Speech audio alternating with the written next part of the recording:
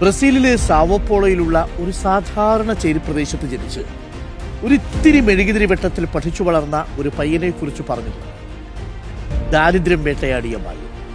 കളിക്കാൻ നല്ല ബൂട്ടുകളില്ലാഞ്ഞിട്ടും തെരുവുകളിൽ അവൻ പന്തുരുട്ടി.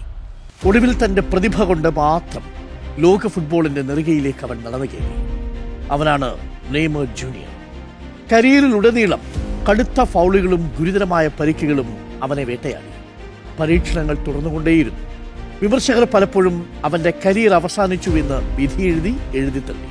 എന്നാൽ ഓരോ തവണ വീഴുമ്പോഴും അവൻ കൂടുതൽ ശക്തനായി തിരിച്ചു വന്നു. ബ്രസീലിന്റെ ഇതിഹാസം പെലെയുടെ ഗോൾ റെക്കോർഡ് വരെ തിരുത്തി കുറിക്കാൻ അവനെ പ്രാപ്തനാക്കിയത് വീഴ്ചകളിൽ തളരാത്ത ഈ പോരാട്ട വീരമാണ്. ഇത്തവണ ലോകകപ്പിലും പരിക്ക് നെയ്മറെ വേട്ടയാടിയിരുന്നു. സ്കോട്ട്ലൻഡിനെതിരായ മത്സരത്തിൽ കുറച്ചു സമയം മാത്രമാണ് അവന് കളിക്കാൻ കഴിഞ്ഞത്. എന്നാൽ കോച്ച് കാർലോ അൻസെലോട്ടി സ്ഥിരീകരിച്ചതുപോലെ നെയ്മർ ഇപ്പോൾ പൂർണ്ണ ഫിറ്റാണ്.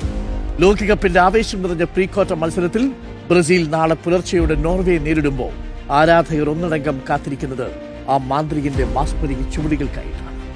കളിക്കളത്തിനകത്തായാലും പുറത്തായാലും പ്രതിസന്ധികളെ ചിരിച്ചു തോൽപ്പിച്ച ആ പോരാളിയുടെ സാന്നിധ്യം പോലും എതിരാളികളുടെ നെഞ്ചിടിപ്പ് കൂട്ടുമെന്നുറപ്പ്.